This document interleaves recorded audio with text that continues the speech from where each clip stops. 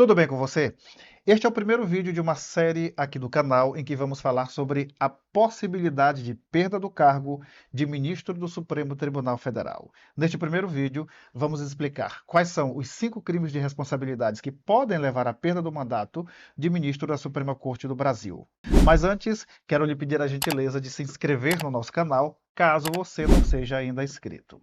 Bem, você já deve ter ouvido e visto nas redes sociais alguns políticos, especialmente deputados e senadores, falando sobre essa questão do impeachment de ministros do Supremo Tribunal Federal.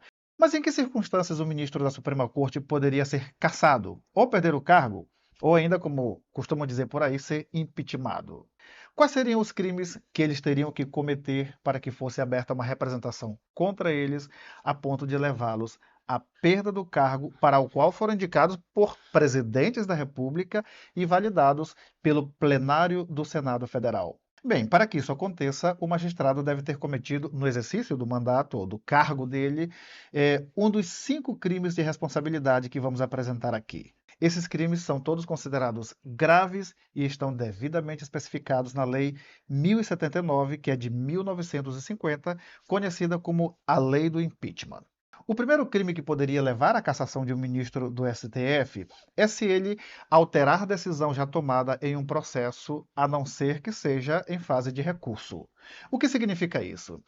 Em um julgamento, se depois da proclamação do resultado final, o ministro mudar o voto para favorecer uma das partes, sem usar os chamados embargos ou o recurso cabível, ele pode ser cassado, porque, nesse caso, ele estaria ferindo a garantia de estabilidade e segurança jurídica nas decisões judiciais. A segurança jurídica é o princípio fundamental que garante ao cidadão ou a uma empresa qualquer certeza e previsibilidade sobre como as leis funcionam e como elas serão aplicadas. É a garantia de que as leis são claras, estáveis e aplicadas de forma justa, de maneira que a pessoa saiba quais são seus direitos e deveres e possam agir com confiança, sabendo que suas ações terão consequências previsíveis. Essa previsibilidade seria quebrada se o juiz, depois de concluído um determinado processo, fosse lá e mudasse a sua decisão.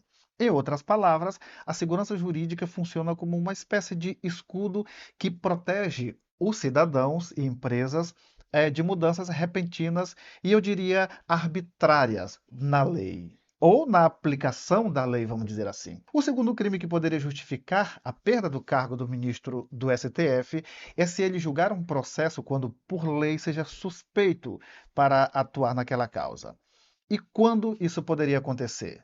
Quando for detectado conflito de interesse no julgamento da causa. Por exemplo, se houver suspeita de que o juiz tem interesse pessoal naquele caso, ou quando ele tenha relação de parentesco ou amizade íntima com as partes envolvidas no processo. Se isso acontecer, ele estaria violando a imparcialidade e a confiança no Poder Judiciário, e isso poderia levar ao impeachment do ministro. Olha, o nome técnico para isso é suspeição, que é quando há suspeita de que um determinado juiz não deve atuar em determinado processo. A suspeição visa garantir a imparcialidade do juiz e a lisura do processo judicial. Se houver suspeita de parcialidade, a parte que se sentir prejudicada, vamos dizer assim, ali pode requerer o afastamento do juiz do caso. E é importante dizer o seguinte: as hipóteses de suspeição ou de impedimento também se aplicam a membros do Ministério Público e a auxiliares da Justiça, não apenas aos juízes. O terceiro crime que poderia justificar a cassação de um ministro do STF é se ele exercer atividade político-partidária.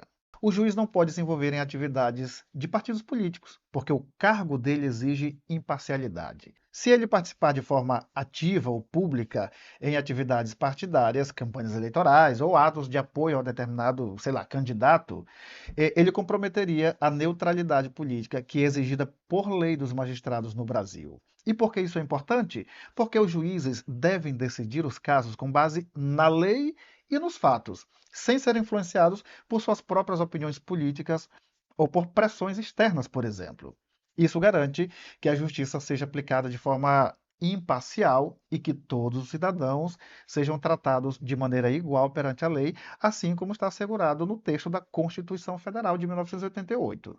O quarto crime que poderia levar à cassação de um ministro do STF é se ele proceder de modo incompatível com a honra, dignidade e decoro das funções que ele exerce. Por exemplo, se ele tiver, vamos dizer, condutas públicas ou privadas que atentem contra a imagem e a moral exigidas de um ministro do Supremo. Comportamento indecoroso, atos ilícitos, etc. Esse crime é considerado grave porque afetaria a credibilidade na instituição STF, que é a mais alta esfera da justiça do país. Se isso vier a acontecer, pode ser aberta ali uma representação contra o ministro, e dependendo da gravidade do caso, ele poderia sim perder o cargo. E por último, o ministro pode ser afastado ou cassado se ele não cumprir com os deveres do cargo de forma eficiente e diligente. Por exemplo, chegar sempre atrasado sem justificativa plausível, não comparecer às sessões do STF, etc. Se ele for reiteradamente negligente no cumprimento de suas funções, isso pode justificar a abertura de representação contra ele e levar à perda do cargo. Esse crime é considerado grave porque prejudica o funcionamento da justiça, inclusive o direito das pessoas que fazem parte dos processos que estão sendo julgados ali e analisados pelo Supremo Tribunal Federal. Beleza? Esses são, portanto, os 5 crimes que podem justificar um processo de perda de cargo ou de impeachment, como muita gente gosta de chamar, de ministros da Suprema Corte Brasileira. Quando você ouvir por aí alguém dizendo que o ministro qualquer deveria perder o cargo ou ser impeachmentado, como as pessoas ultimamente têm dito muito, analise se ele cometeu algum desses 5 crimes. Caso não tenha cometido, não haveria razão nenhuma para o pedido de afastamento dele ou perda do cargo de ministro do STF. É isso aí. A você que nos acompanhou até aqui, muito obrigado pela atenção e até o próximo vídeo.